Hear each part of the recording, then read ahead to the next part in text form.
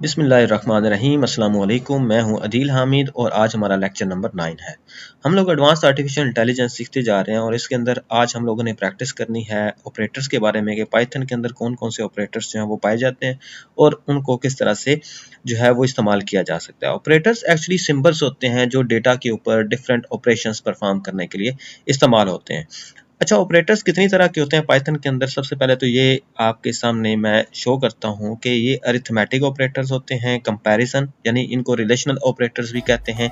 उसके बाद assignment operator होते हैं, लॉजिकल ऑपरेटर्स होते हैं, बिटवाइज ऑपरेटर्स होते हैं, मेंबरशिप ऑपरेटर्स होते हैं और आइडेंटिटी ऑपरेटर्स होते हैं। अब ये जो अरिथमेटिक ऑपरेटर्स होते हैं, सबसे पहले इनकी बात करते हैं। आपने इसके बारे में परेशान नहीं होना। एक्चुअली अरिथमेटिक जो है वो मैथमेटिकल ऑपरेटर्स होते हैं जिनको हम अपनी डेली लाइफ के अंदर या अपना स्टार्ट से ही इस्तेमाल करते हुए हैं। जैसा कि हमारे पास प्लस का ऑपरेटर हो सकता है, मतलब प्लस करना, माइनस करना, मल्टीप्लाई करना, डिवीजन करना, और एक जो यहाँ पे उसने शो किया हमें वो है मॉडुलस ऑपरेटर। ये परसेंट का साइन है। मॉडुलस एक्चुअली कुछ नहीं करता, बस सिर्फ जो है वो जब हम दो चीजों को डिवाइड करते हैं तो उससे हमें क्या निकाल के देता है, एक रिमाइंडर जो बाकी बच जाती है वैल्यू वो निकाल के दे देता है। जैसे कि अगर हम लोग 5 को डिवाइड करें 2 पे तो 2 2s आर 4 और रिमाइंडर यानी कि बाकी हमारे पास क्या बच गया हुआ है, हमारे पास 1 बच जाता है। इसको हम लोग किसके जरिए से जो है वो सॉल्व करते हैं, वो हमारे पास आता है मॉडुलस ऑपरेटर। उसके बाद एक्सपोनेंशिएशन ऑपरेटर होता है जो क्या करता है, किसी एक जो x की पावर y समझने के लेने के लिए इस्तेमाल किया जाता है, यानी कि किसी की जो पावर होती है उसको सॉल्व करने के लिए हमारे पास एक्सपोनेंशिएशन ऑपरेटर जो है वो इस्तेमाल किया जाता है। उसके बाद हमारे पास फ्लोर डिवीजन जो है वो ऑपरेटर इस्तेमाल होता है।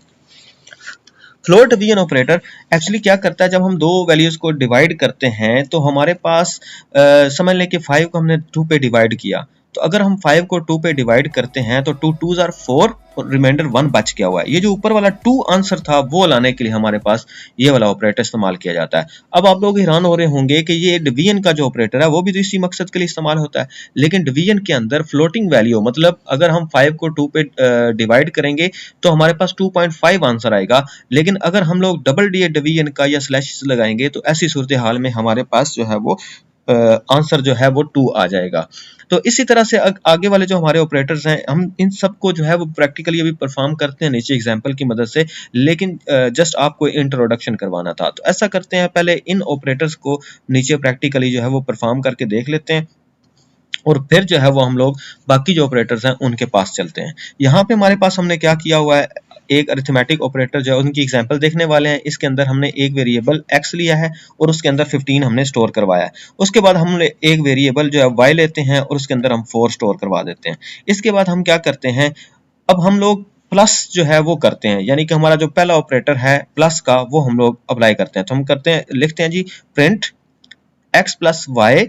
अब x प्लस वाई एक्चुअली ये हमने सिंगल कोट के अंदर हम लोगों ने ये प्रिंट जो फंक्शन है वो इस्तेमाल किया, इसे हमने सिंगल कोट के अंदर लिखा और इक्वल टू लिख दिया हुआ है ताकि ये एज इट इज हमारा प्रिंट होके आ जाए। मतलब जो भी प्रिंट के बाद सिंगल कोट या डबल कोट के अंदर जो भी वैल्यू हम लोग लिखेंगे वो एज इट इज ही प्रिंट होके आ जाएगी, यानी कि x plus y is equal to, तो वैसे ही प्रिंट होके आ जाएगा। उसके बाद हम लोगों ने लगाया कोमा। कोमा लगाने के बाद हमने x प्लस वाई किया, यानी यहाँ पे हमने क्या किया, ऑपरेटर इस्तेमाल किया, मतलब x की वैल्यू को y की वैल्यू के साथ हम क्या करने वाले हैं, प्लस करने वाले हैं। तो यहाँ पे क्या होगा, 15, x की वैल्यू जो है वो 15 होगी, y की वैल्यू हमारे पास 4 आएगी। इन दोनों को प्लस करने के बाद हमारे पास आंसर क्या आ जाना चाहिए, 19। तो अब मैं इसको रन करता हूँ, रन करने के बाद इसका आंसर देखते हैं और फिर मैं आपको बताता हूँ कि क्या हुआ है।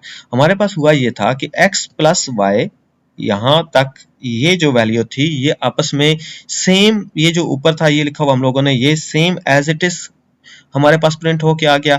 और इसके बाद हमारे पास x प्लस वाई उसने परफॉर्म किया और हमें यहाँ पे आंसर उसने लिख के दे दिया। अब हम लोग बात करते हैं सेकंड जो हमारा ऑपरेटर है उसके बारे में बात करते हैं कि हम लोग यहाँ पे नीचे ही अगर हम लोग कर लें यहाँ से जो सेकंड ऑपरेटर है उसके बारे में, यानी अब हम क्या करने वाले हैं, माइनस करने वाले हैं।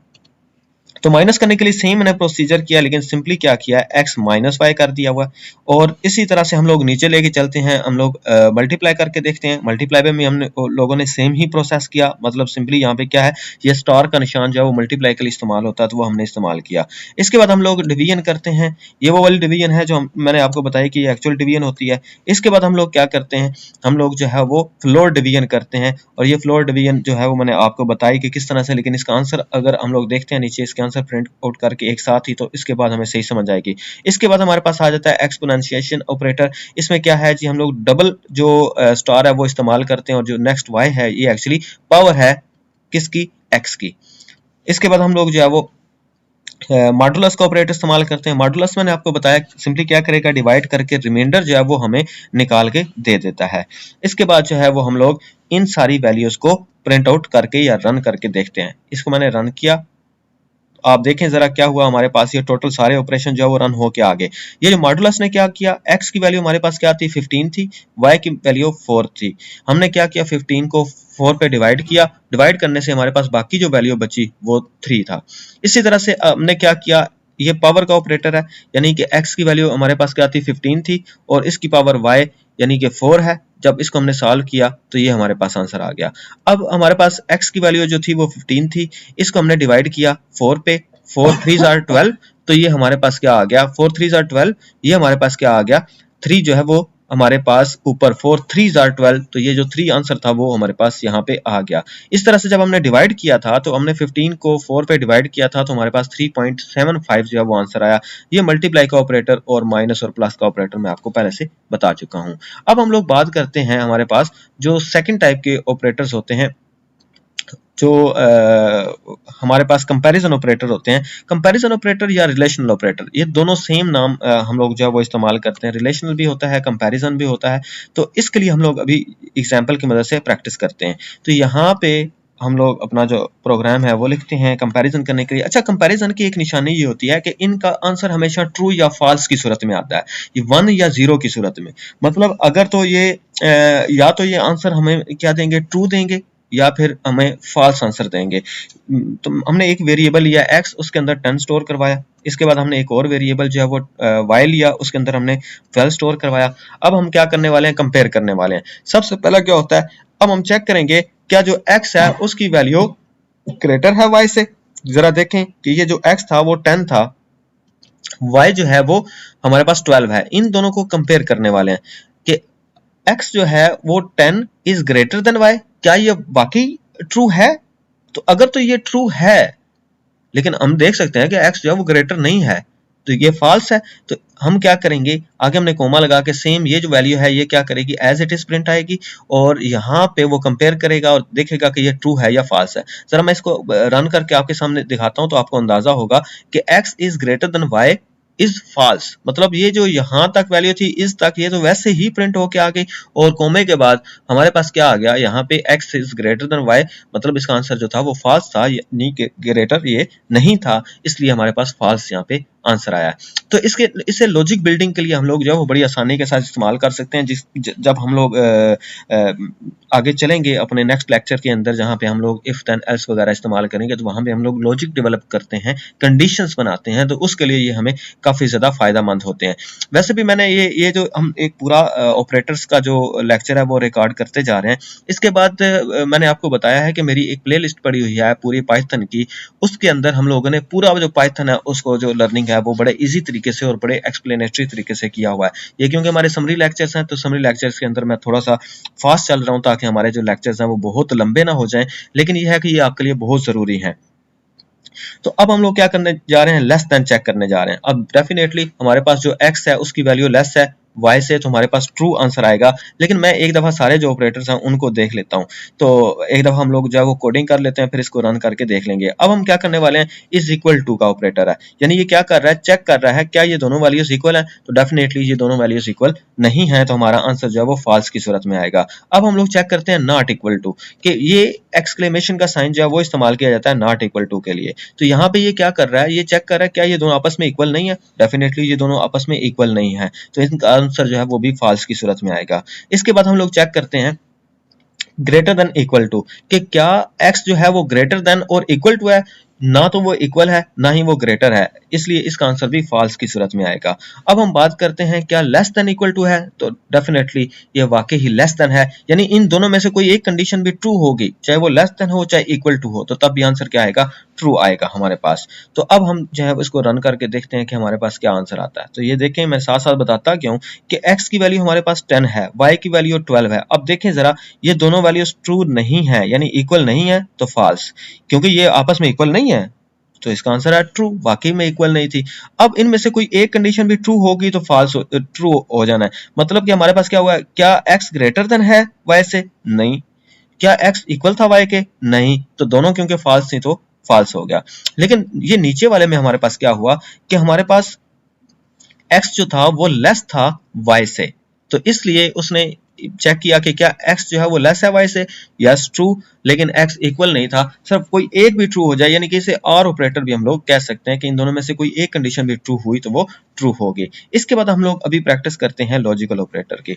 अब लॉजिकल जो ऑपरेटर्स होते हैं वो हमारे पास क्या करते हैं, इनका आंसर जो है वो भी ट्रू और फॉल्स की सूरत में आता है। इनको भी एग्जांपल से देखते हैं। ये क्या करते हैं, दो कंडीशंस को मजीद मिलाने के लिए इस्तेमाल होते हैं। मतलब हमारे पास ये जो थी कंडीशंस हम लोगों ने बनाई है कि x is greater then and x is less than वगैरह, तो इनको क्या करते हैं, इनको आपस में जोड़ने के लिए इस्तेमाल किए जाते हैं। ये हमारे पास एक्चुअली तीन होते हैं, एंड, आर और नॉट। इनको प्रैक्टिस करके देखते हैं।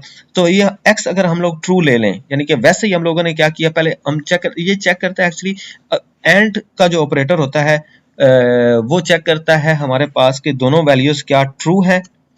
तो मैं आपको एग्जांपल के साथ एक मिनट बताता हूं। यहाँ पे आप जरा देखिएगा, तो हम क्या करते हैं, पहले एंड चेक करते हैं, क्या ये दोनों, अब हमने क्या किया था, x को ट्रू लिया, y को फॉल्स लिया। अब ये दोनों x और यहाँ तक जो वैल्यू है वो तो same as it is print होके आएगी, लेकिन आगे हमारे पास क्या है, x जो है वो ट्रू है, y जो है वो फॉल्स है। अब एंड है, एंड की सूरत में क्या होता है, दोनों ट्रू हो तो आंसर ट्रू आता है, वरना फॉल्स आ जाता है। ये आपने देखना है, यानी एंड और को जाहिर कर रहा है। यानी आप अगर अपनी डेली लाइफ के अंदर बात करें तो वहां पे भी जब आप लोग और इस्तेमाल करते हैं तो वहां पे दोनों कंडीशंस जो है वो उनका पूरा होना जरूरी होता है। मतलब अगर आपने कहीं पे अपॉइंट होना है, मतलब आपने नौकरी हासिल करनी है, तो वहां पे कहते हैं कि आपकी क्वालिफिकेशन मास्टर्स होनी चाहिए और आपका एक्सपीरियंस 3 इयर्स होना चाहिए। तो ये दोनों कंडीशंस जो हैं उनको चेक करने के लिए क्या होगा, आपके पास एंड ऑपरेटर जो है वो इस्तेमाल किया जाएगा। इसी तरह से आर की बात करें तो आर की सूरत में क्या होगा, हमारे पास कोई एक भी ट्रू हो गया तो आंसर ट्रू आएगा, यानी कि इसके आंसर जो है वो भी ट्रू और फॉल्स की सूरत में आएंगे। और इसके बाद हमारे पास आता है नॉट। नॉट क्या करता है, रिवर्स कर देता है वैल्यू को। मतलब आपका अगर ट्रू है तो वो फॉल्स कर देगा, फॉल्स है तो ट्रू कर देगा। मतलब x की वैल्यू अभी ट्रू थी तो नॉट लगाया तो x की वैल्यू क्या हो जाएगी, फॉल्स हो जाएगी। अब इनको हम लोग क्या करते हैं, इनको प्रिंट आउट करके देख लेते हैं कि हमारे पास आंसर क्या आता है। तो डेफिनेटली ये देखें, x and y is false, मतलब क्योंकि एक ट्रू x जो है वो ट्रू है, y फॉल्स है, तो इसलिए दोनों का ट्रू होना जरूरी था। मतलब अगर मैं यहाँ पे अभी तो नहीं, x और y इज ट्रू क्यों आया, क्योंकि इन दोनों में से कोई एक भी ट्रू होगा तो आंसर ट्रू आ जाएगा। और नॉट क्या कर रहा है, उलट कर रहा है। मतलब x की वैल्यू ट्रू थी तो उसने क्या कर दी, हमारे पास फॉल्स जो है वो आंसर दे दिया हुआ है। इनकी जगह पे हम लोग कुछ और भी कर, अब हमारे पास क्या है, अब हम लोग बात करेंगे हमारे पास जो इन ऑपरेटर है और नॉट इन ऑपरेटर है, ये मेंबरशिप ऑपरेटर कहलाते हैं। तो हम लोग अभी इनकी प्रैक्टिस करते हैं। मेंबरशिप ऑपरेटर्स की बात करते हैं। तो मेंबरशिप ऑपरेटर के लिए हमने क्या किया, एक एक्स वेरिएबल लिया और उसे हेलो वर्ड जो है वो उसके अंदर स्टोर करवा दिया। अब हमने एक और जो है एक हम लोगों ने एक डिक्शनरी ली है और उसमें जो उसकी जो फर्स्ट की है 1 रखी और उसके अंदर वैल्यू a स्टोर करवाई। सेकंड की हम लोगों ने 2 रखी और उसके अंदर हमने वैल्यू b स्टोर करवाई। अब अगर आपको इस बात की समझ नहीं आ रही तो आप हमारे पीछे वाले लेक्चर देख सकते हैं कि हमारे पास डिक्शनरी क्या होती है। तो अब हम क्या करने वाले हैं, अब हम चेक करने वाले हैं, प्रिंट करने वाले हैं, क्या जो h है, यहाँ पे आप जरा देखें, ये जो h है इन x है, मतलब जो h है, एच का जो वर्ड है, मतलब लेटर है, वो क्या ये हेलो वर्ड के अंदर मौजूद है, तो इन जो वो ये चेक करने के लिए इस्तेमाल होता है। अब अगर मैं इसको प्रिंट आउट करूं तो अब देखें जरा, ट्रू उसने दिया, यस कि ये मौजूद है। इसी तरह से अगर हम लोग जो है वो एक और जो एग्जांपल है वो देखते हैं कि हेलो नॉट इन एक्स, क्या ये जो हेलो था ये x के अंदर मौजूद नहीं है, यानी कि इसको उलट जो है वो चेक करेगा। जरा इसकी वैल्यू जो वो देखते हैं, वो कहता है ट्रू कि हेलो जो है वो इसके अंदर मौजूद नहीं है। आप सोच रहे होंगे कि ये हेलो इसके अंदर मौजूद है, तो एक्चुअली ये h जो है वो हमने स्मॉल केस में लिखा था। अगर हम इसे कैपिटल में लिखेंगे तो फिर ये एज इट इज मौजूद होगा, क्योंकि ये केस सेंसिटिव होता है। तो यहाँ पे वो हेलो को वो मेंबर जो वो नो रिकॉग्नाइज नहीं कर रहा कि इसके अंदर मौजूद है। तो ये देखें जरा, उसने फॉल्स दे दिया, तो हेलो नॉट इन, जबकि हेलो जो है वो इसके अंदर मौजूद था। तो ये मौजूद था, लेकिन उसने क्या कर दिया, फॉल्स कर दिया हुआ। तो इस तरह से हम लोग क्या करते हैं। अब मैं दोबारा से जो है वो इसको एच करता हूं, तो यहां से देखें नॉट इन ट्रू, वाकई इसके अंदर मौजूद नहीं था। तो ये थे हमारे पास ऑपरेटर्स का लेक्चर। इसके बाद आप लोग जो है वो प्रैक्टिस कर सकते हैं बिट वाइज के अंदर। जब हम लोग जो है वो बिट वाइज ऑपरेटर जो होते हैं उसमें हम क्या करते हैं, उसमें मैं आपको इंट्रोडक्शन करवा देता हूं कि ये हमारे पास क्या है। बिट वाइज एक्चुअली बिट्स में कन्वर्ट करके फिर कंपेयर करते हैं, वो भी लॉजिकल ऑपरेटर्स होते हैं, एंड और नॉट वगैरह हम उसके ऊपर लगा सकते हैं। और लेकिन इसे क्या, हमारे जो लेटर्स होते हैं उनको बिट के अंदर कन्वर्ट करके फिर हम लोग इसको एग्जीक्यूट करते हैं। तो यहाँ तक जो ऑपरेटर्स हैं उनको आपने जो है वो प्रैक्टिस करनी है। प्रैक्टिस करने के बाद आप इंशाल्लाह इस काबिल हो जाएंगे कि अपने लॉजिक जो है वो, अपनी कंडीशंस जो है वो डेवलप कर सकें। आपको मिलते हैं नेक्स्ट लेक्चर के अंदर, लेक्चर नंबर 10 के अंदर। वहां पे हम लोग मजीद जो है वो काम करेंगे। यहाँ तक आप प्रैक्टिस करेंगे और मेरे जो चैनल है उसको सब्सक्राइब कर लें, शेयर कर दें, ताकि बाकी लोगों का भी इसके अंदर फायदा हो सके। तो आपको मिलते हैं नेक्स्ट लेक्चर के अंदर।